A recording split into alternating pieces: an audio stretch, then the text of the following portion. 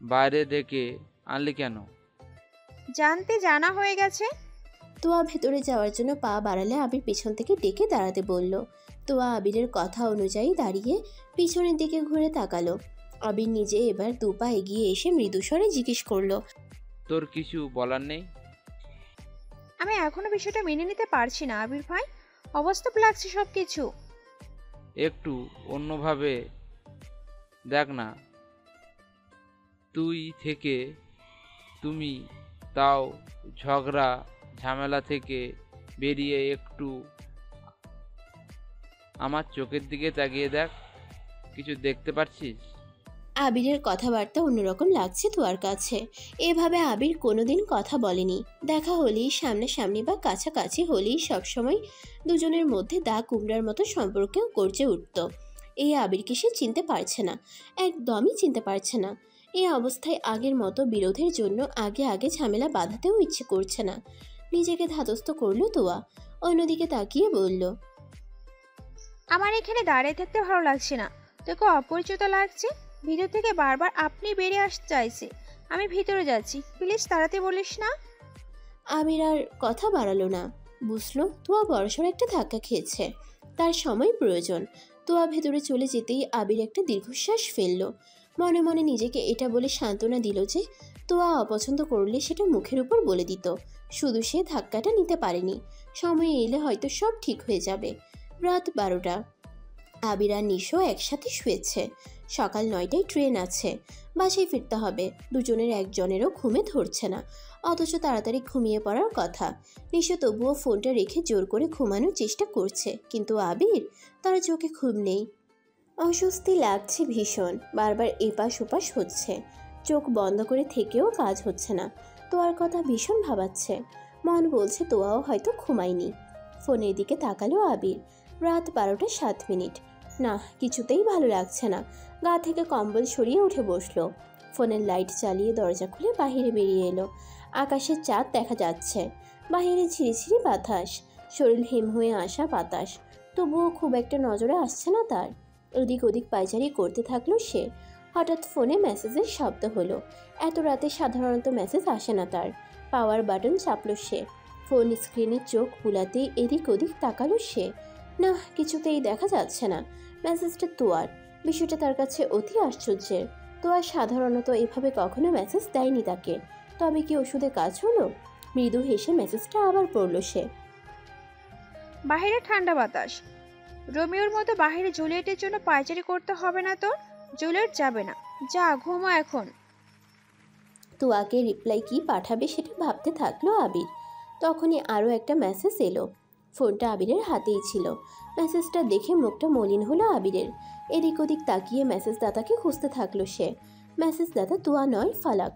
সে মজা করে তোয়ার ফোন থেকে মেসেজ পাঠিয়েছে। দ্বিতীয় মেসেজে সেটাই বলেছে ফালাক।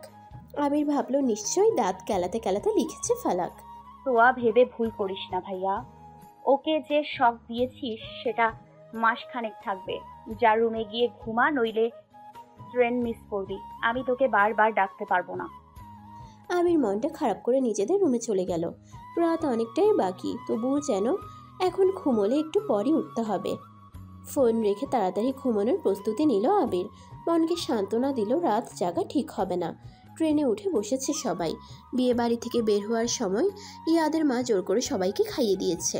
বেশ খানিকটা পথ না খেয়ে বের হলে রাস্তাতেই ক্ষুধা পেয়ে যাবে। সবাই নিজেদের সিটগুলোতে পরিবারের সবাই মিলে বসেছে। জাফর সাহেব তার স্ত্রীর পাশের সিটে বসে মুখ গোমরা করে বসে আছেন।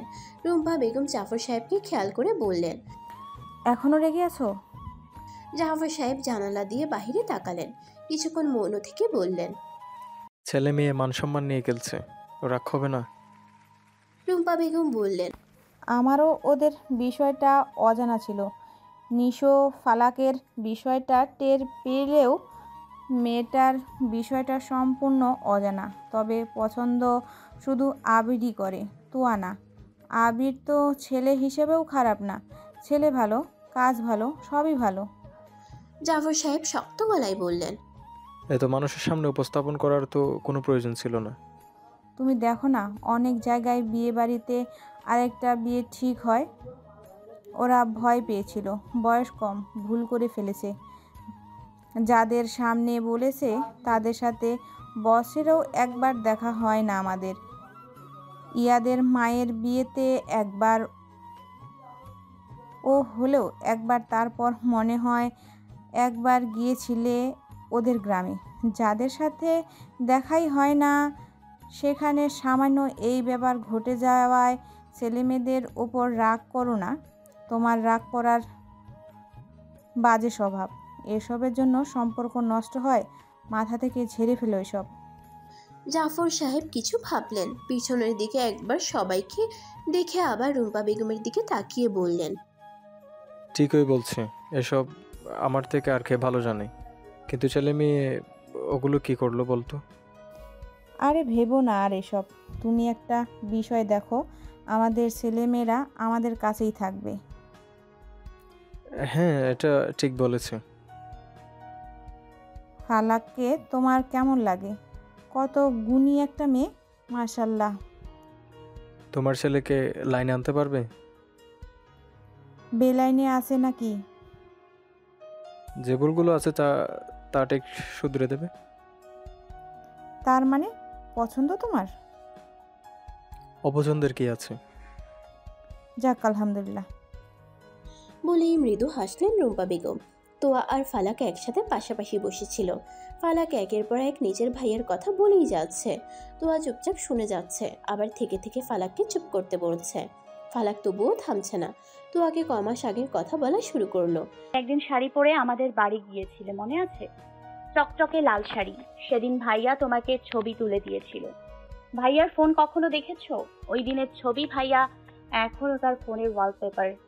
তোয়া মুখ ফুলিয়ে বলল, ধর, ওই বালটা সারা জীবন আমার সাথে ঝগড়া করে গেল, আর এখন কিনা এসব শুনতে হচ্ছে। সবই আমার কপাল। ভালোবাসা দুই ধরনের সম্পর্কে থাকে। একটাই এই যে তোমাদের মতো সব সময় ঝগড়া হয়, আর আরেকটাই লজ্জা থাকে বেশি। তোরটা বুঝো লজ্জার। কাল কি করে দুজন একসাথে বলে উঠলি অত মানুষের সামনে? সবাই অবাক হয়েছে। আমার সাদাসিধা ভাইটাও মানুষের সামনে বলে উঠলো। ফালাক মৃদু স্বরে বলল। কি জানি কিভাবে যেন হয়ে গেল অমন। আবির হঠাৎ নিজের সিট ছেড়ে ফালাকের পাশে এসে দাঁড়ালো। ফালাক তোয়া দুজনেই আবিরের দিকে তাকিয়ে আছে। ফালাক সপ্রশ্ন দৃষ্টিতে চাইল। ভাইয়া কিছু বলবি? আবির মাথা ঝাঁকিয়ে বলল, তুই নিশোর ওখানে গিয়ে বস একটু। ফালাক বুঝতে পারলো আবির তোয়ার সাথে একটু কথা বলতে চাইছে। রাতের পর থেকে দুজনের আর একসাথে কোনো কথা হয়নি। ফালাক উঠে দাঁড়াতেই তোয়া ফালাকের হাত চেপে ধরলো, ভ্রুকুচকে বলল, তোর ওখানে যেতে হবে না, তো এখানেই থাকবি। আবির সহসা তাড়া দিয়ে বলল, ফালাক, যা তো এখান থেকে, আমার ওর সাথে একটু কথা আছে। তোয়া পাশে থেকে চোখ রাঙিয়ে বলল, ফালাক কোথাও যাবে না। তোর ওখানে কি কাজ? তুই এখান থেকে যা, যা এখান থেকে। ফালাক উঠে নিশোর পাশের সিটে গিয়ে বসতেই নিশো সেদিকে তাকালো। আবিরকে দেখতে পেল না সে। একটু ঘুমিয়ে গিয়েছিল সে।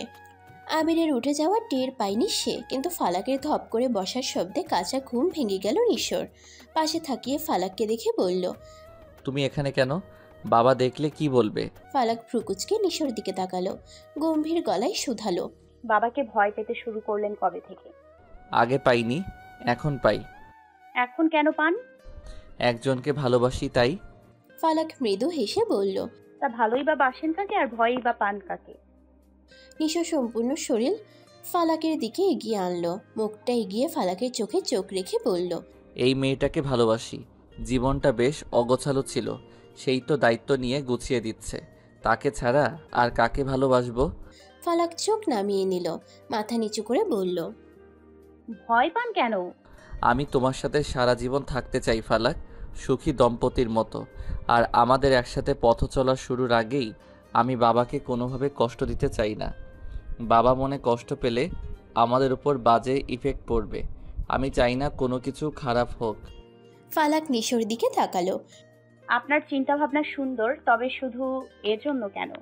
কোনো কারণ ছাড়াও বাবা মাকে কষ্ট দিতে হয় না। তোমার মতো মেন্টালিটির মেয়ে খুঁজে পাওয়া কঠিন ফালাক। লাগবে অন্য মেয়ে? আমার মতো বা আমার চেয়েও ভালো? না থাক, এই একটাতেই চলবে, যদিও চারটা জায়েজ আছে। ফরজ পালন করেন আগে, ওই সুন্নতের দিকে তাকাবেন না। আপনারা এই ছেলেরা এই একটা বিষয়েই ঢোল পিটিয়ে বলেন যে 4টা বিয়ে জায়েজ আছে, অথচ নামাজ রোজা দান সদকার কোনো বালাই নাই। নিশো মুখ টিপে হাসলো, সিরিয়াস ভঙ্গিতে বলল। বউ আবার একটাতে হয় নাকি? কি যে বলো না। ফালাক রাগে চোখে নিশোর দিকে তাকিয়ে দাঁতে দাঁত চেপে বলল। বিয়ে আপনাকে করাচ্ছি, দাঁড়ান, বিয়ে গুলিয়ে খাইয়ে দিব আমি। বিয়ে কেমনে খায়? থামবেন আপনি? নিশো হো হো করে হেসে উঠল। ফালাক মাটি শক্ত করে নিশোর দিকে চেয়ে রইল। নিশো কিছুক্ষণ পর হাসি থামিয়ে ফালাকের দিকে তাকালো, উৎসাহ নিয়ে বলল। তোমার বেশ পরিবর্তন হয়েছে, টের পেয়েছো? কি? এই যে আগে আমার দিকে তাকাতে লজ্জা পেতে, আর এখন ঝগড়াও করো, আবার রাগও দেখাও। আমার এখন লজ্জা করে মাথা নিচু করে বসে মিটমিট করে হাসা উচিত? তা নয়, পরিবর্তনটা খেয়াল করেছো নাকি সেটা বলো। না। তোমার এখানে এসে বসা উচিত হয়নি। কে আসতে চেয়েছিল এখানে? আবির ভাইয়া তো তোয়া আপুর সাথে কথা বলবে বলে আমাকে এখানে বসে থাকতে বলল। নির্লজ্জ ছেলে হয়ে গেছে ওটা। আপনার চেয়ে কম। আমি কি করেছি? কিছুই করেননি, চুপচাপ থাকুন, ঘুমাবো। হুম, ঘুমিও না। কেন? ঘুমোলে নিশ্চয়ই তোমাকে অনেক বেশি সুন্দর লাগবে। এসব আমি হজম করতে পারবো না। আমি মাকে তোমার কাছে পাঠিয়ে দিচ্ছি, মায়ের সাথে বসে ঘুমাও। কি আশ্চর্য! আমার জায়গায় থাকলে তুমি বুঝতে, ফালাক, কিভাবে তুমি আমাকে আকর্ষণ করো। আমি নিজেকে সামলে রাখি, ভাবি আর তো কয়েকটা দিন। বেশি কথা বললে চুমু দিয়ে মুখ বন্ধ করে দেব। তোর বাপের সামনে তোর ওই গালে ঠোঁটে চুমু পড়লে ভালো লাগবে? আমার সাথে একদম তেজ দেখিয়ে কথা বলবি না। হবু বরের সাথে কিভাবে কথা বলতে হয় জানিস না? হবু বর হয়ে আমি তোর সম্মান দিয়ে কথা বলবি। তুই করে সম্বোধন যতবার করে করবি ততবার করে একটা চুমু। ট্রেনে মানুষ কত দেখছিস, তোর বাপ মাও আছে, আমার বাপ মা সমস্যা করবে না, কিন্তু তোর বাপ। তোয়া রাগী চোখে আবিরের দিকে তাকালো। আমি তোকে দেখছি আর অবাক হচ্ছি, কি পরিমাণ অসভ্য হয়ে গেছিস তুই। আমার সাথে এসব নিয়ে কথা বলতে তো একটু রুচিতে পাচ্ছে না। আবির লজ্জা পাওয়ার ভঙ্গি করে বলল। যাই, তোমার সামনে আবার কিসের লজ্জা? তুই আমাকে তুমি করে বলছিস? তুমি আমার সাথে আপনি বা তুমি করে না বললে চুমুর ডোজ বাড়িয়ে দেব। অশ্লীল। Yes I am. আবার স্বীকারও করছিস? তুমি বলবে আর আমি স্বীকার করব না? দরদ উথলে পড়ছে দেখছি। ভালোবাসা দরদ না। আমি এসব ভালোবাসা নিতে পারছি না। দমে গেল আবির, তোয়ার দিকে মলিন মুখে তাকিয়ে বলল। আসলেই অসহ্য লাগছে। হ্যাঁ অনেক। আমাকে? হ্যাঁ তোকে। তুই রিলেটেড সব কথা বার্তাকে ভেবে বলছি। এখানে আবার ভেবে বলার কি আছে? ভেবে বলার বিষয় তো। তোর কাছে অসহ্যকর লাগলে বিষয়টা ক্যাচালে হয়ে যাবে। তোয়া মাথার দুই পাশে হাত দিয়ে চেপে ধরে বিরক্তি প্রকাশ করে বলে উঠল। বিয়ে ঠিক হলোই বা কবে যে ক্যান্সেল হবে? তোর বাড়ির মানুষ, আমার বাড়ির মানুষ, সবাই তো মনে হয়েছে এখন শুধু তুই বাকি। আমি তোকে কিভাবে বিয়ে করব? করবি না কেন? আমি তোকে ভালোবাসি, সমস্যা কোথায়? আমি ভালোবাসি না। অন্য কাউকে ভালোবাসিস? অন্য কাউকেও ভালোবাসি না, তোকেও ভালোবাসি না। যা এখান থেকে। তুই তুচ্ছ তাচ্ছিল্য করছিস আমাকে? কাছে আসিস না, তাহলে এমন করব না। তোমাকে ভালোবেসে অপরাধ করে ফেলেছি। Kind up. সিরিয়াসলি? হুম, আমি অবাক হচ্ছি। ফার্স্ট অফ অল, তোর আর আমার বয়সে পার্থক্য খুব একটা নেই। আমি 35 বছর বয়সে ঝিমিয়ে যাওয়া শুরু করব, তুই ইয়াং হবি। তখন চারপাশে সুন্দর সুন্দর মেয়ে আসবে, আমাদের মধ্যে দূরত্ব বাড়তে শুরু করবে। আমার ভাই ফালাককে পছন্দ করে, তুই অন্তত বাহিরে বিয়েটা কর। একই জায়গায় কেন আটকে যেতে হবে? তারপর এই যে তুই অশ্লীল হওয়ার অভিনয় করছিস, সেটা ভালো হচ্ছে না। তুই এরকম না, তুই অতি সভ্য একটা ছেলে। তোর সাথে এমন কথাবার্তা যায় না। হ্যাঁ, প্রতিটা ছেলে বাহিরে সবার কাছে সভ্য হলো, প্রেমিকা বা বউয়ের কাছে অসভ্য, এটা চিরন্তন সত্য। কিন্তু আমি তোর এই অসভ্য হওয়ার অভিনয় ধরে ফেলেছি। হিসাবে তুই কাঁচা। তোর সাথে এতদিনের সম্পর্কটা ভিন্ন ছিল। কাল থেকে সবকিছু চেঞ্জ হয়ে গেছে মনে হচ্ছে। তোকে ভীষণ দূরের লাগছে, ভীষণ ভীষণ ভীষণ দূরের। তোকে অচেনা লাগছে। তোয়া থেমে আবার বলল, আর বাকি রইল চুমু। তুই আমাকে চুমু খেতে পারবি? আসলেই পারবি? তোয়া নিজের হাতটা আবিরের দিকে বাড়িয়ে দিয়ে বলল, আমার হাতটা ধরে দেখা, আমি দেখি তুই কতটা অসভ্য। আবির মাথা নিচু করলো। তার পক্ষে এসব আসলেই সম্ভব নয়। তোয়াকে কাল সবটা বলার পর থেকে দূরত্ব বাড়িয়ে নিয়েছে সে। আবির সেটা মোটেও মেনে নিতে পারছিল না। তাই ভেবেছিল এসব বললে হয়তো তোয়া ভালোভাবে কথাবার্তা বলবে। এখন নিজের কর্মকাণ্ড মনে করতেই লজ্জায় মাথা নিচু হয়ে আসছে তার। তোয়া তখনও আবিরের দিকে তাকিয়ে আছে। আবির মাথা উঁচু করে তোয়ার দিকে তাকালো, ভাঙা ভাঙা কণ্ঠে বলল, চাইছিস তুই? তোর জন্য আমার কোনো অনুভূতি নেই। তোর জন্য আমার কোনো অনুভূতি নেই। কথাটা বারবার আবিরের কানে বাজতে থাকলো। একটা দীর্ঘশ্বাস ফেলে জোরপূর্বক হেসে উঠে দাঁড়ালো সে। মৃদু গলায় শুধু বলল, আসছি। ট্রেন এসে স্টেশনে থামলো। ফালাক অনেকক্ষণ আগেই আবিরের কথায় আবার তোয়ার কাছে এসে বসেছিল। ট্রেন থামলে তোয়াকে আসতে বলে ফালাক নিজের ব্যাগটা নিয়ে দরজার দিকে এগিয়ে যায়। নিশো আগে আগে নেমেছে সবাইকে নামতে সাহায্য করতে। একে একে সবাই নামছে। ট্রেন থামার সাথে সাথে দরজার দিকে সীমিত সময়ের মধ্যে নামার জন্য ভিড় জমে যায়। একে একে সবাই নামছে। তোয়া এগিয়ে এলে আবিরও বের হয়। নিশো আর আবিরের কথা হয়েছিল এটা নিয়ে যে একজন সবাইকে নামাবে আর একজন সবচেয়ে শেষে থাকবে, যেন কারো অসুবিধা না হয়। তোয়া দরজার দিকে এগিয়ে গিয়ে একপাশে দাঁড়িয়ে গেল। সামনের মানুষগুলো নামছে। এই স্টেশনে আজ অন্যদিনের তুলনায় ভিড় অনেক বেশি। রাবেয়া বেগম নামার পরপরই ফালাক সামনে এসে দাঁড়ালো। নিশো হাত এগিয়ে দিল ফালাকের দিকে। ফালাক নিজের ব্যাগটা ধরিয়ে দিয়ে বলল, ব্যাগটা ধরুন, আমি নামতে পারবো, আমাকে ধরতে হবে না। নিশো ফালাকের কথা মতো ব্যাগটা নিয়ে নিচে রেখে আবার হাতটা বাড়িয়ে দিয়ে বলল, মাঝে ফাঁকা অনেক, আর প্ল্যাটফর্ম ওখান থেকে নিচেও। তুমি হাতটা ধরেই নেমে এসো, নইলে পড়ে যেতে পারো। ফালাক বাহিরে তাকিয়ে দেখলো আসলেই দূরত্ব বেশি, লাফ দিয়ে নামতে হবে। সুতরাং সে নিশোর হাত ধরতেই নিশো ফালাককে নেমে আসতে বলল। নিশোর কথা মতো ফালাকও নেমে গেল। মায়ের কাছে গিয়ে দাঁড়ালো সে। নিশো পিছনের দিকে তাকিয়ে দেখলো তোয়া আর আবিরও কাছাকাছি চলে এসেছে। সে অন্যদের নামতে সাহায্য করছিল একপাশে দাঁড়িয়ে। আবির আস্তে আস্তে এগিয়ে আসে। ঠিক দরজার সন্নিকটে এসে তোয়ার পিছনে দাঁড়ানো একটা 20-21 বছর বয়সী ছেলেকে নিজের দিকে ঘুরিয়ে জোরে একটা থাপ্পড় দিল। জায়গাটা ফাঁকা হয়ে গেল। সবাই আবিরের দিকে তাকিয়ে আছে। তোয়া আবিরের কাণ্ড দেখে চকিতে বলে উঠল, তুই ছেলেটাকে মারলি কেন? আবার আমার উপরে রাগ এখন যাকে তাকে দেখাবি? ছেলেটা কি দোষ করলো যে তুই ওকে এত জোরে মারলি? ছেলেটা গালে হাত দিয়ে আবিরের দিকে রাগী চোখে তাকিয়ে আছে। আবির ছেলেটার শার্টের কলার ধরে নামতে নামতে নিশোকে উদ্দেশ্য করে বলল, তোর বোনকে নামাতে সাহায্য কর। প্ল্যাটফর্মে পা রাখতেই জাফর সাহেব এবং জাভেদ সাহেব এগিয়ে এলেন। নিশো ও তোয়াকে ট্রেন থেকে নামিয়ে তাদের দিকে এগিয়ে গেল। জাভেদ সাহেব ছেলের দিকে তাকিয়ে শুধালেন, কি হয়েছে? ছেলেটাকে মারলে কেন?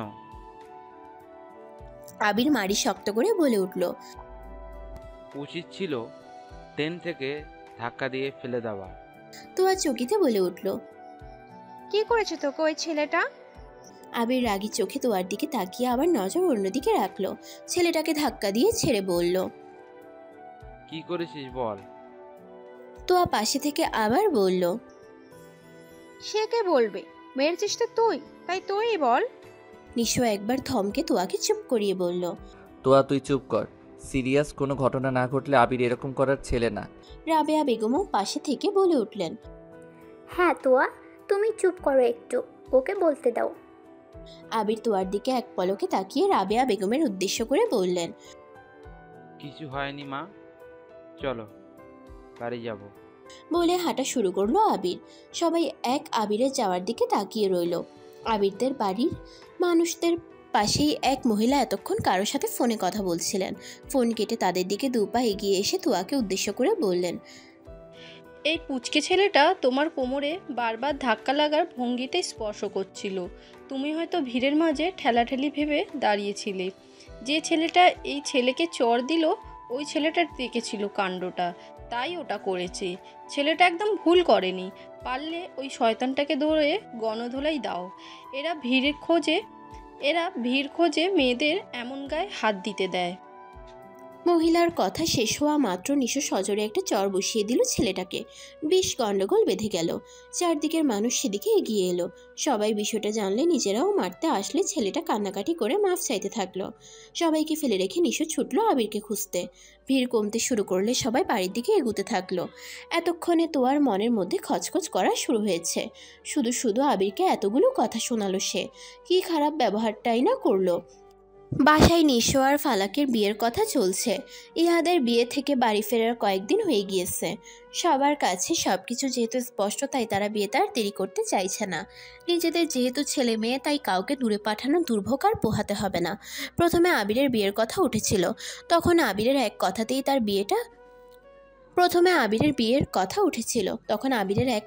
তার বিয়ের কথাটা বন্ধ হয়েছে। সে এখনই বিয়ে করতে চায় না, সময় প্রয়োজন তার। পরিবারের কেউ আর জোরও করেনি। বিয়ের ব্যাপারে ছেলে মেয়েকে জোর করা হয়তো ভালো দেখায় না, নিজেদের মধ্যে তো আরও বেশি খারাপ দেখায়। আবির আর তোয়ার বিয়েটা দেরিতে হোক এ ব্যাপারে সবার সিদ্ধান্ত নেওয়া হলেও নিশো আপত্তি জানিয়েছিল। পরিবারের কেউ আর জোরও করেনি। বিয়ের ব্যাপারে ছেলে মেয়েকে জোর করা হয়তো ভালো দেখায় না, নিজেদের মধ্যে তো আরও বেশি খারাপ দেখায়। আবির আর তোয়ার বিয়েটা দেরিতে হোক এ ব্যাপারে সবার সিদ্ধান্ত নেওয়া হলেও নিশো আপত্তি জানিয়েছিল। সে সবসময় চেয়েছে তার আগে তোয়ার বিয়েটা হোক। বিষয়টা তোয়ার জন্য একটু খেটে গেছে দেখে সে নিজেও জোর করার সাহস পাচ্ছে না। বিয়েটা দিতেই পারে সবাই মিলে, কিন্তু এভাবে বিয়েটা হলে দুজনের দূরত্ব কমার বদলে বেড়ে যাবে। নিশো সকাল সকাল ঘুমোতে যাবে। দেখতে দেখতে অনেকগুলো দিন কেটে গিয়েছে। আগামীকাল তার BCS এর রেজাল্ট। নিজের বিয়ের কথাবার্তায়ও নিজে থাকতে পারছে না কয়েকদিন যাবৎ। সবসময় মনে হচ্ছে রেজাল্টের চিন্তায় পেটের নাড়ি অবধি কাঁপছে। মাঝে মাঝে তো দাঁড়িয়ে থাকতেও কষ্ট হয়। নারী এত কাঁপাকাঁপি করে যার কারণে পেট চেপে তাড়াতাড়ি করে বসে যেতে হয়। এই তো কিছুক্ষণ আগে নিশোর মা রুম্পা বেগম রান্নাঘর থেকে খাবারগুলো টেবিলে নিয়ে আসছিল। তোয়া সাহায্য করছিল। সে নিজে খাবার টেবিলের একটা চেয়ার ধরে দাঁড়িয়ে দাঁড়িয়ে মেসেজে ফালাকের সাথে টুকটাক কথা বলছিল। আগামীকাল রাতে তাদের বিয়ের ডেট ফিক্সড করা হবে বলে জানালো ফালাক। এদিকে সাথে সাথে তোয়া খাবারের টেবিলে তরকারির বাটি রেখে নিশোর দিকে তাকিয়ে বলল, কালকে তো রেজাল্ট কয়টা রে ভাইয়া? ব্যাস, এতক্ষণের রেজাল্টের কথা একটু ভুলে থাকার চেষ্টা করছিল নিশো। দুদিক থেকে দুজনের মেসেজ আর কথাই যেন কিডনিতে ব্যথা শুরু হলো, সাথে হৃৎপিণ্ড আর নাড়ি। সেটা কাঁপাকাঁপির চোটে বেচারা আর দাঁড়িয়ে থাকতে পারল না। চেয়ার ধরে ধীরে ধীরে বসে পড়ল। তোয়াকে বলল, রেজাল্ট দিলেই জানতে পারবি, এত জিজ্ঞেস করার কি আছে? তোয়া ভ্রুকুচকে শুধালো, খারাপ কি বললাম আমি? এমন ব্যবহার করছিস কেন? পরীক্ষা ভালো দিসনি? রেজাল্টের কথা জিজ্ঞেস করলে কেন হাওয়া ছাড়া বেলুর মতো চুপসে যাস? আজব। নিশোর আর খাওয়া হলো না। সবাই একসাথে খেতে বসে। সবাই খাওয়া শেষ করে উঠে গেল, অথচ সে যেন গুনে গুনে কয়েকটা করে মুখে দিচ্ছিল। রুম্পা বেগম ছেলের অবস্থা দেখে নিজেই অল্প একটু খাইয়ে দিলেন। সেটা খেয়ে বিছানায় এসে শুয়ে পড়ল নিশো। ঘুম আসছে না তার। অনেক রাত হয়ে গিয়েছে। চারদিকে ঘুটঘুটে অন্ধকার। জানালা দিয়ে আকাশের দিকে তাকালে মৃদু আলো ছড়ানো চাঁদ চোখে পড়ছে। নিশো এক পলকে সেদিকে তাকিয়ে রইল। আগামীকালের কথাই ভাবছে সে। কি হবে কাল? যদি পাশ না আসে, ফালাককে বিয়ে করা ঠিক হবে তার জন্য? সবাইকে তো সে এটার জন্যই এক প্রকার দমিয়ে রেখেছে। রেজাল্টের জন্য কোনো কিছুতেই এগুতে দিচ্ছে না সে। হঠাৎ কাশি হতেই বুক ডলতে ডলতে উঠে বসলো নিশো। পাশেই রাখা বোতলটা হাতে নিল পানি খেতে। বোতলের ক্যাপ খোলা এক ডোক খেতেই ফোনটা বেজে উঠল। ফোনের দিকে তাকিয়ে দেখলো ফালাক কল করেছে। সচরাচর কোনো প্রয়োজন ছাড়া ফালাক ফোন করে না। পানি খাওয়া শেষ করে বোতলটা পাশে রেখে ফালাকের কলটা রিসিভ করলো। ফালাক ওপাশ থেকে মৃদু গলায় বলে উঠল, ঘুমাননি? নিশো বিছানা ছেড়ে জানালার দিকে এগিয়ে গেল। জানালার গ্রিল ধরে বাহিরের আকাশে নজর রাখলো। সংক্ষেপে উত্তর দিল। না। নিশোর জবাব পেয়ে কিছু একটা বুঝতে পারলো ফালাক। শুধালো, চিন্তা হচ্ছে? বেশি চিন্তা হচ্ছে? দীর্ঘশ্বাস ফেলল নিশো। সহসা বলে উঠল, কোনো কিছুতে মন দিতে পারছি না ফালাক। দম বন্ধ হয়ে আসছে আমার। মনে হচ্ছে আগামীকাল নিজের কাছে নিজে হেরে যাব। কেন মনে হচ্ছে বলো তো যে আমি কাল জিততে পারবো না? কেন মনে হচ্ছে আমার? নিশো থামলো। ফালাক বুঝলো নিশোকে অবিন্যস্ত লাগছে। ভয় কাজ করছে তার মধ্যে। ফালাক তীক্ষ্ণ বুদ্ধির তরুণী। সে বেশ স্বাভাবিকভাবেই নিজে কারো মনের অবস্থার উন্নতি ঘটাতে পারে। সে কিছু বলবে তখনই নিশো আবার বেশ ভারী গলায় বলল, তুমি বরং ফোনটা রাখো। আমার উল্টাপাল্টা কথা তোমার এখন ভালো লাগবে না, মেজাজ খারাপ লাগবে। তুমি ঘুমাও, অনেক রাত হয়েছে। ফালাক ক্ষণকাল চুপ থেকে বলে উঠল, আপনি নির্ঘুম রাত কাটাবেন আর আমি ঘুমাবো? এত চিন্তা কেন বলুন তো? আমি আপনাকে কোনোদিন বলেছি নাকি যে আমার আর আমার বর হিসেবে ক্যাডারকেই চাই? বলেছি কখনো? বলিনি তো। বরং আপনি ওটা না হলেই আমি খুশি হব। ওটাকে এখন আমার সতীন সতীন লাগছে। আমাদের বিয়ের কথা হচ্ছে আর আপনি রেজাল্ট নিয়ে আছেন, আমার দিকে দেখছেনই না। নিশোর কপালে শুকনো ভাঁজ পড়ল। সে আসলেই কোনো কিছুতেই যেমন মন দিতে পারেনি, সেরকম ফালাকের সাথেও ঠিকঠাক কোনো ব্যাপারে কথা বলতে পারেনি। বিচলিত বোধ করলো সে। বিলম্ব না করে অনুযোগ ভরা কণ্ঠে বলল, আমি কি করব ফালাক? আমি পারছি না তো কিছু করতে। সৃষ্টিকর্তা যে আমাকে হতাশার সমুদ্রে ডুবিয়ে রেখেছেন, আমি হাতড়েও কুল কিনারা খুঁজে পাচ্ছি না। জানি সবাই আছে, তবুও আমি সাহায্যের হাত বলতে শুধু রেজাল্ট পজিটিভ হওয়াটাকেই বুঝেছি। দূরে যে আলোটা দেখা যাচ্ছে ওটা তুমি। তোমাকে পেতে আমাকে বাঁচতে হবে এখান থেকে। ফালাক ইতস্তত গলায় বলল, আমার বিজনেসটা আছে, ওটাকে তুচ্ছ তাচ্ছিল্য করবেন না। ওটার মাধ্যমে এক সময় আমার আল্লাহ আমাদের সংসারে রহমত বর্ষণ করেছিলেন। আপনার জন্য সবার দোয়া আছে। আপনি আগামীকাল সফল হবেন ইনশাল্লাহ। যদি কোনোভাবে ভাগ্য আপনার সহায় না হয়, তাহলে আমরা দুজন মিলে না হয় বিজনেসটা বড় করব। ফালাকের কথায় মৃদু হাসল নিশো। সংক্ষেপে বলল, হেরে যাওয়া মানুষটাকে এত ভালোবাসলে কেন? মেয়েরা তো খারাপ সময়ে হাত ছেড়ে দিতে সব সময় প্রস্তুত থাকে। ফালাক নিশোর কথার পৃষ্ঠে বলল, সফল হওয়া অবধি প্রেমিকের পাশে থাকা নারীকে পুরুষ ছেড়েছে, সফল হয়ে নারীকে ভুলেছে আর নতুন নারীকে আপন করেছে। সেক্ষেত্রে কি বলবেন? আপনি যদি এভাবে বলেন তাহলে তো আমরা দুই দিকের দুই প্রান্তের মানুষ হয়ে যাব। আমি তো এক হতে চাই, ঠিক বৃত্তের কেন্দ্রবিন্দুর মতো। আমি স্থির থাকবো আর আপনি আমার হাত ধরে দুনিয়া জয় করবেন। নিশো মৃদু হেসে ফিসফিসিয়ে বলল, তোমার মধ্যে কি আছে বলো তো? নিমেষেই শক্তি হয়ে সামনে দাঁড়াও, মন ভালো করে দাও, সাহস যোগাও। ফালাকের অশ্রুদ্বয়ের উভয় প্রান্ত ঈষৎ প্রসারিত হলো। উৎসাহ নিয়ে বলে উঠল, আমি সেদিনের মতো শাড়ি পরেছি, চোখে কাজল, ঠোঁটে হালকা গোলাপি লিপস্টিক আর বড় একটা বেনি। দেখবেন? নিশো কিছুক্ষণ চুপ থেকে শুধালো, কিভাবে দেখব? এখন তো অনেক রাত। তাছাড়া তুমি এত এনার্জি কই পাও বলো তো আমায়? ফালাক মুচকি হেসে বলল, শুধু শাড়ি পরে সাজগোজ নয়, বিয়ের পর মাঝরাতে ছাদে সময় কাটানোর এনার্জি আছে আমার। আপনাকে মাঝরাতে ঘুম থেকে ডেকে তুলে ঘুম নষ্ট করার মন্ত্র আমার জানা।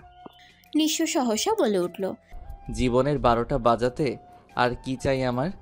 হয়েছে, সুযোগ দিলে খুব বেশি বলে ফেলেন আপনি। এখন মেসেঞ্জার চেক করুন, আমাকে দেখুন আর নিশ্চিন্তে ঘুমিয়ে যান। আপনার সৃষ্টিকর্তার পর এই তুচ্ছ মানবী আপনার জন্য আছে। আপনার জিতে যাওয়াতেও আছে আর হেরে যাওয়াতেও। হেরে গেলে জিতে যেতে সাহায্য করার জন্য মেয়েটা আপনার জন্য আছে। নিশো পরিমিত হেসে বলল, একটা কথা বলি। ভালোবাসি বলবেন? না প্লিজ, আমি শুনবো না, ওটা তুলে রাখেন, পরে শুনবো, এখন রাখছি। নিশোকে কোনো কথা বলার সুযোগ না দিয়ে ফালাক তৎক্ষণাৎ বলে উঠল। নিশো সোজা মেসেঞ্জারে চলে গেল। বাহির থেকে ফালাকের ইনবক্সে 4টা আনরিড মেসেজ শো করছে। মৃদু হেসে ইনবক্সে প্রবেশ করল। লাল রঙের শাড়ি পরেছে ফালাক। ফর্সা টকটকে গায়ের রঙের মেয়েটাকে লাল রঙের লাল পরি লাগছে। চারটে ছবি বারবার দেখছে নিশো। ছবিগুলোতে হাত বুলিয়ে মৃদু হাসতে থাকলো নিশো। ফালাককে অনলাইন দেখাচ্ছে। নিশো ছোট করে লিখলো, লাল বউ লাগছে। ভোরের আলো ফুটেছে অনেক আগে। গতকাল রাতে দেরি করে ঘুমোলেও ঠিক ফজরেই ঘুম ভেঙেছে নিশোর। মাথায় যার রাজ্যের চিন্তা, তার ঘুম হবে কিভাবে? সেই ভোরবেলায় নামাজ শেষ করার পর থেকেই বারবার নিজের রুম, ব্যালকনি, ছাদ, ড্রয়িং রুম এভাবেই পায়চারি করতে করতে সময় কাটানোর চেষ্টা করছে সে। কোনোভাবেই সময় যেতেই চাইছে না। চেয়ারে গিয়ে বসে চোখ বন্ধ করে বসে রইল সে। রুম্পা বেগম রান্না করছিলেন। জাফর সাহেব দোকানে গিয়েছেন সকাল সকাল। বাড়িতে বসে থাকতে মোটেও ভালো লাগছিল না। দোকানে তবু এটা ওটা করে ব্যস্ত থাকতে পারবেন তিনি। তোয়া নিজের রুমেই ছিল। নিজের রুমটা গোছাচ্ছিল সে। সকালে ঘুম থেকে উঠে বিছানাটাও গোছানো হয়েছিল না। বালিশগুলো ঠিক করে রাখতে গিয়ে জানালার বাইরে চোখ গেল তার। এ কাকে দেখছে সে? আবির? বুকটা কাঁপছে তোয়ার। এতগুলো দিন পর আবির এসেছে এ বাড়িতে। এতগুলো দিন কেটে গেছে, আবির এ বাড়িতে আসেনি। তার মেসেজগুলো কখনো সিন করেনি, আবার কলও রিসিভ করেনি। আবিরকে ভেতরে ঢুকতে দেখে তোয়া সব কাজ ফেলে বাহিরের দিকে দৌড়ে গেল। কোথাও না থেমে সোজা আবিরের সামনে গিয়ে দাঁড়ালো সে। তোয়া এভাবে দৌড়ে সামনে এসে দাঁড়ানোর ফলে হকচকিয়ে গেল আবির। বুকে হাত দিয়ে ভ্রু কুচকে সামনে তোয়ার দিকে তাকালো সে। তোয়া হাঁপাতে হাঁপাতে বলল, তুই এতদিন আছিস না কেন রে? আমার কল মেসেজ কোনো কিছুতে তোর কোনো রেসপন্স নেই, এমন কেন? আবির বেশ স্বাভাবিকভাবেই বলল, একটু ব্যস্ত ছিলাম। আজ ব্যস্ততা কমেছে? কিছুটা। কেমন আছিস? ভালো। আর থাকতে দিলে কিভাবে? আবির ঠোঁট বাঁকিয়ে ভ্রু উঁচিয়ে বলল, তোর ভালো থাকা আবার আমার উপর নির্ভর করতে শুরু করলো কবে? তোয়া আমতা আমতা করে বলল, সেটা ঠিক না। আসলে সেদিন বাড়ি ফেরার সময় স্টেশনে তোর সাথে বাজে ব্যবহার করেছিলাম। তার জন্য তোকে সরি বলতে না পেরে ভালো লাগছিল না। সরি আমি। ব্যাপার না। আচ্ছা, আমি আসছি। হুম, দাঁড়া। আবিরকে আটকে দিল তোয়া। আবির বিরস মুখে বলল, কিছু বলবি? তুই সত্যি সত্যি বিয়েতে না করে দিলি? বিয়ে আবার কে? মিথ্যা মিথ্যে করে নাকি? বাদ দে এসব। তুই ভালো আছিস? আমিও ভালো আছি। এসব কথা আর তুলিস না। কেন? কি কেন? কিছু না। আসছি আমি। আবির সামনের দিকে এগুলে তোয়া পিছন থেকে বলে উঠল, ভালোবাসিস না আর? কোনো কিছুতে জোর করছিস না কেন আমাকে? পিছন ফিরে তাকালো আবির। মেকি হেসে বলল, পুনরায় নিজেকে ছোট করার মানসিকতা আমার নেই। পৃথিবীর অনেক কিছু আমাদের পছন্দের, কিন্তু আমাদের সাধ্যের বাইরে। আবার কোনো কিছু একসময় খুব করে দরকার হলে ঠিক সময়ে সেটা না পেলে অসময়ে সেটার প্রতি আর তৃষ্ণা আসে না। অসময়ে প্রয়োজনীয় জিনিস বলতে আর কিছুই নেই। আবির নিশোর রুমে আছে বেশ কিছুক্ষণ হলো। বাসায় সকালের নাস্তা তৈরি করা শেষ হয়েছে। তোয়া সেগুলো খাবার টেবিলেও রেখেছে অনেক আগেই। রুম্পা বেগম জাফর সাহেবের নাস্তা বক্সে নিয়ে একটু বাড়ির সামনে দাঁড়িয়েছেন, চেনা পরিচিত কোনো গাড়ি চালককে পেলে তার কাছে দিয়ে দেবেন বলে। তোয়া খাবার টেবিলে সবকিছু বারবার দেখছে। চুলায় পানি বসিয়েছে, সে চা করবে। আবির এ বাড়িতে এলে আগে তাকে চা করতে বলতো। আজ যদিও বলেনি, তবুও তোয়া স্থির থাকতে না পেরে নিজেই পানি বসিয়েছে চা করার জন্য। পানি ঠিকঠাক গরম হলে 2 কাপ চা করে নিশোর রুমের দিকে এগুলো সে। ঘরের দরজা কিছুটা ফাঁকা করা। 2 বার আঙ্গুলের উল্টো পাশ দিয়ে করাঘাত করে প্রবেশ করলো সে। সামনের দিকে তাকিয়ে দেখলো আবির একা একা বসে ফোন টিপছে। নিশো কোথাও নেই। তোয়া এগিয়ে গিয়ে চা সহ ট্রে টেবিলের উপর রেখে একটা কাপ হাতে নিয়ে আবিরের দিকে এগিয়ে দিল। মৃদু গলায় বলল, তোর কড়ালিকারের রং চা। সকালে আমি চা খাই না। ফোন স্ক্রিনে তাকিয়েই রইল আবির। চোখ না তুলে সেদিকে তাকিয়েই কথাখানা সংক্ষেপে বলল সে। তোয়া চায়ের কাপ সেভাবেই ধরে দাঁড়িয়ে রইল। ভ্রুকুচকে বলল, এবারেতে এলেই তো আমাকে চা করতে বলিস, সেটা সকাল হলেও। চা খাই না। বাদ দিয়েছি। এখন কি এই বাড়িতে আসাও বাদ দিতে হবে? সেটা কখন বললাম আমি? নিশো এখন চা খাবে না, ও ফ্রেশ হচ্ছে, বের হলেই ওকে নিয়ে বের হব। এগুলো নিয়ে যা। আজব, তুই এভাবে কথা বলছিস কেন আমার সাথে? তোয়ার দিকে চাইলো আবির, একদম চোখে চোখ পড়লো, কড়া গলায় শুধালো। কিভাবে কথা বলছি আমি? বিয়েতে না করেছিলাম বলে এমন ব্যবহার করছিস? আবির প্রত্যুত্তর না করে উল্টো শুধালো। ধরে নে তাই। ভালো ব্যবহার পেতে কি এখন বিয়েতে রাজি হবি? তোয়া চুপ রইল, কিছুক্ষণ পরেই মাথা নামিয়ে গলা খাতে নিয়ে বলল। তুই খুব খারাপ ব্যবহার করছিস আবির। সেদিনের জন্য আমি আসলেই সরি। জানি না কি হয়েছিল আমার, কেন আমি অমন ব্যবহার করেছিলাম। I am sorry. আবির আগের মতোই কঠোর রইল, গম্ভীর কণ্ঠে বলল। তোর সরি এক্সপেক্ট, এখন যা।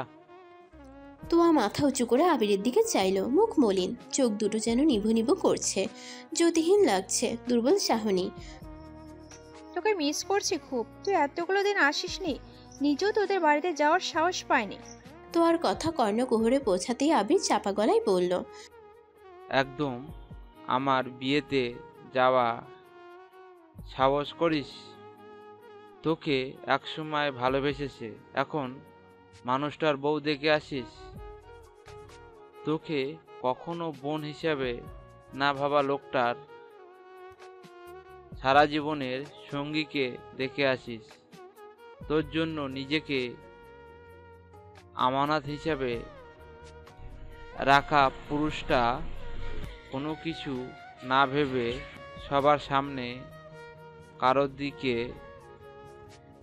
ভরসার হাত বাড়িয়ে দেবে, সেটা দেখে আসিস? কোনো নারীর সর্বাঙ্গ ছিঁড়ে দিয়ে স্বামী হতো ভাবতে পারিস? ওই তুই তো আমার আবার বোন, সরি।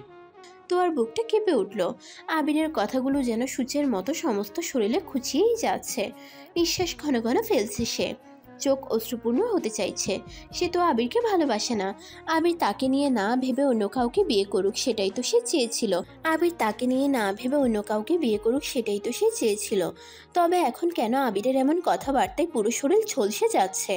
তো আবিরের কথার প্রত্যুত্তরে আর কোনো কথা বলল না। আবিরকে তো সে চিনতে পারছে না, দূরের কোনো অপরিচিত মানুষ মনে হচ্ছে। বড্ড অচেনা লাগছে। চায়ের কাপটা ট্রেতে রেখে সেটা নিয়ে বাহিরের দিকে পা বাড়াতেই ওয়াশরুমের দরজা খোলার শব্দ হলো। কি রে তুই? নিশোর গলার শব্দ শুনে দাঁড়িয়ে গেল তোয়া। পিছনে ফিরতেই আবির নিশোকে উদ্দেশ্য করে বলল। চা নিয়ে এসেছিলি তোয়া? বললাম আমরা কেউ এখন চা খাই না, বের হতে হবে। নিশো তোয়ার দিকে এগিয়ে গিয়ে চায়ের কাপ দুইটা দুই হাতে নিয়ে বলল। তোয়া চা বানিয়ে এনেছে, আর তুই খাবি না? খেয়ে নে, আমি রেডি হই। সকাল সকাল এই এক কাপ চা হারানো যাবে না। তোয়া তুই যা। নিশো গিয়ে আবিরের হাতে চায়ের কাপ ধরিয়ে দিল। তোয়া আর দাঁড়িয়ে না থেকে বেরিয়ে গেল রুম থেকে। সে মনে মনে আন্দাজ করলো আবির হয়তো চা খাবে না, তাকে ত্যাগ করেছে, তার চা কি করে খাবে। মিনিট 10 পর নিশো আর আবির বেরিয়ে গেলে তোয়া আরেকবার নিশোর রুমে গেল। টেবিলের দিকে তাকাতেই বুক দ্বিগুণ ভারী হলো তার। একটা কাপ খালি, আর আরেকটা কাপ যেমন চা ছিল ঠিক সেরকমই রয়ে গেছে। চা ভর্তি কাপের দিকে চেয়ে দীর্ঘশ্বাস ফেললো তোয়া। নিশোকে আবির নিজের অফিসেই বসিয়ে রেখেছে। সকাল থেকে ওকে নিয়ে এখানে ওখানে ঘুরেছে সে। নিশো যেন বসে বসে বাড়িতে বোর না হয়, চিন্তায় যেন ক্লান্ত না হয়। মূলত সে কারণেই আজ সকাল সকাল ওদের বাড়ি গিয়েছিল সে। বেলা বাড়লে, রোদ প্রখর হলে মাত্রই দুজন এসে বসেছে। কোনো কিছুতেই মন বসছে না নিশোর। বারবার ওয়েবসাইট ভিজিট করার চেষ্টা করছে সে, বারবার লোডিং দেখাচ্ছে। আজ ভীষণ চাপ পড়েছে সাইবারে। কেটে গেল প্রায় আধা ঘন্টা। বাড়ি থেকে কল আসছে, ওদিকে ফালাকের মেসেজ, কোনো কিছুতে রেসপন্স করছে না নিশো। দম বন্ধকর পরিস্থিতিতে পড়েছে সে। মনোযোগ দিয়ে বারবার চেষ্টা করে যাচ্ছে নিশো। ভীষণ চুপচাপ সে। হঠাৎ আবির চিৎকার দিয়ে উঠল। আবিরের চিৎকারে নিশো বুকে হাত দিয়ে ডলতে ডলতে আবিরের দিকে তাকালো। শালা ভয় পাইয়ে দিয়েছিস? এভাবে কেউ চিৎকার দেয়? আমার হার্টবিট বেড়ে গেছে। আবির হাসতে হাসতে নিজের ল্যাপটপটা নিশোর দিকে ঘুরিয়ে দিয়ে চকিতে বলে উঠল। দেখ কি ঘটে গেছে। নিশো স্ক্রিনে চোখ বুলালো, মলিন মুখটা ধীরে ধীরে হাস্যোজ্জ্বল হলো, ওষ্ঠাধরের উভয় প্রান্ত প্রসারিত হলো, সহসা বলে উঠল। বাবাকে কল দেই, তাকে জানাই তার ছেলে এই সময়টায় এসে জিতে গিয়েছে। আজ তার ছেলের পূর্ণতার দিন। আবির মৃদু হেসে বলল। তাড়াতাড়ি জানা সবাইকে, আমি মিষ্টি নিয়ে আসছি, একসাথে বাড়ি ফিরবো। আবির খুশি খুশি বেরিয়ে গেল। নিশো বাবার নম্বরটা বের করে কল দিল। জাফর সাহেব হয়তো ফোনের কাছেই ছিলেন। রিং হওয়া মাত্র রিসিভ হলো। নিশো কম্পিত গলায় বলে উঠল। আপনি কি নিশোর বাবা বলছেন? আপনার ছেলের রেজাল্ট পজিটিভ। আপনার ছেলে বিসিএস ক্যাডার হয়েছে। আপনি কিছুক্ষণের মধ্যে আপনার ছেলের রেজাল্ট স্বচক্ষে দেখতে পারবেন। জাফর সাহেব ছেলের সাথে নিজের খুশির এই অনুভূতি কিভাবে প্রকাশ করবেন? সামনে স্ত্রী আর মেয়ে বসে আছে। জাফর সাহেবের মুখে হাসি দেখে তোয়া মিটিমিটি হাসতে থাকলো। মাকে ডেকে বলল। ভাইয়ের রেজাল্ট ভালো এসেছে মা। রুম্পা বেগম সাথে সাথে চলে গেল 2 রাকাত নফল নামাজ পড়তে। জাফর সাহেব শুধু মৃদু গলায় বললেন। বাড়িতে এসো, তোমার জন্য অপেক্ষা করছি। আজ বাপ বেটা মিলিয়ে মিষ্টি বিলি করব। রাত 8টা। পুরো বাড়িতে আজ ঈদই আমেজ। চারদিক থেকে মানুষ এসে ঘুরে ঘুরে যাচ্ছে। ফোনের ওপর ফোন আসছে আত্মীয় স্বজনের কাছ থেকে। জাফর সাহেব নিজে এক গাদা মিষ্টি কিনে এনেছেন। 2 প্যাকেট মিষ্টি নিশোর হাতে দিয়ে বললেন। 2 ভাই বোন হাঁটতে হাঁটতে তোমাদের কাকার বাড়ি ঘুরে এসো। অনেক দিন ধরে তোমাদের বিয়ের কথাবার্তা হচ্ছে, তুমি কোনোভাবে অংশ নাওনি। আজ অন্তত গিয়ে ঘুরে এসো। তোয়া পাশে থেকে বলে উঠল। আমি যাব না বাবা, ভাইয়া যাক, ঘুরে আসুক। জাফর সাহেব ভ্রু কুচিয়ে শুধালেন। তোমার আবার কি অসুবিধা? যাও ঘুরে এসো। জাফর সাহেব বারবার বলা সত্ত্বেও তোয়া আসতে চাইছিল না। নিশো বাবার কথা মতো তোয়াকে বুঝিয়ে রাজি করিয়ে ফালাকদের বাড়ি এলো। বাড়িতে প্রবেশ করেই নিশো খাবার টেবিলে মিষ্টির প্যাকেট রেখে জাবেদ সাহেবের গলা শুনে সেদিকে এগিয়ে গেল। তোয়ার বান্ধবী কল করায় সে একটু বাহিরে দাঁড়িয়েছিল। 2 মিনিটের মধ্যে কথা শেষ করে কল কাটলো সে। তোয়া ভিতরের দিকে যাবে তখনই গলা খাকারির আওয়াজ পেল। পিছনে ঘুরে তাকাতেই আবিরকে দেখে মুখটা আবার চুপসে গেল। আবির বিরক্তিভাব প্রকাশ করে বলল। তুই এখানে? আবির তোয়া মুখোমুখি দাঁড়িয়ে। আশেপাশে শুনশান নীরবতায় ছেয়ে আছে। অন্ধকার আর নীরবতা যেন একে অপরের সাথে পাল্লা দিয়ে বেড়ে চলেছে। মাঝে মাঝে মৃদু হাওয়া এসে তোয়ার চুলগুলো এলোমেলো করে দিয়ে যাচ্ছে। তোয়া সেগুলো সামলাতে ব্যস্ত। এমন সময় সামনে অবস্থানরত পুরুষটি বলল। রাতে এভাবে এখানে কি করছিস? তোয়া মাথা তুলে আবিরের দিকে চাইল।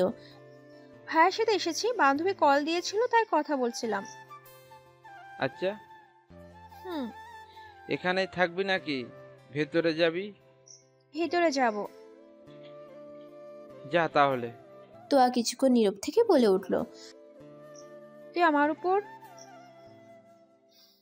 এখনো রেগে আছিস তাই না? আবিরের উল্টো প্রশ্ন। রেগে থাকবো কেন? তুই আমার সাথে ঠিকমতো কথা বলিস না। চাচাতো বোনের সাথে আবার কিসের কথা? যা ভেতরে যা। তোয়া কিছুটা এগিয়ে এলো আবিরের দিকে। আলগোছে আবিরের ডান হাত নিজের 2 হাতের মুঠোয় নিল। আবির থতমত খেয়ে তোয়ার দিকে চাইল। কি করছিস এসব? কেউ দেখলে কি ভাববে? খেয়াল আছে? ভাবুক, ভাবতে দে। হাত ছাড়। এসব কেমন ব্যবহার? আমি তোর ভাই হই। ধুর, ভাই ভাই করবি না তো, মেজাজ খারাপ হচ্ছে আমার। একদম গলায় কিন্তু ছুরি বসিয়ে দেবো বলে দিলাম। থাপ্পড় খাবি? হাত ছাড়।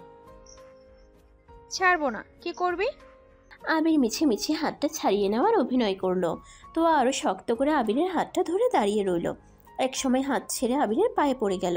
2 হাত দিয়ে আবিরের 2 পা জড়িয়ে ধরে পায়ের সাথে হেলান দিয়ে বসে ফুপিয়ে উঠল। তোয়ার এমন আকস্মিক কাণ্ডে থ মেরে দাঁড়িয়ে রইল আবির। তোয়া অসহায় ভঙ্গিতে বলল। আমার দম বন্ধ হয়ে আসছে আবির। তোকে এই যে এত পরপর লাগছে, এটা আমি কিছুতেই মেনে নিতে পারছি না। সেদিনের পর এতগুলো দিন চলে গিয়েছে, আমি শুধু ছটফট করেছি তোকে দেখতে আর ঠিক আগের মতো সময় কাটাতে। আজ যখন দেখলাম কথা বললি তখন থেকে তোকে অচেনা লাগছে। আমি সহ্য করতে পারছি না আমি। আবির তোয়ার চোখের আড়ালে খানিকটা হাসলো। বাঁকা হাসি তার ওষ্ঠাবৃত। শক্ত গলায় বলে উঠল সে। তুই যে আবিরকে চাইছিস, সে সেই দিন ইয়াদের বাড়িতে খানিকটা আর রেল স্টেশনে খানিকটা মিলে পুরোটাই মারা গেছে। অস্তিত্ব নেই তার। এখন সে আছে, সে শুধুই তোর ভাই। তোয়া নাক টেনে বলল।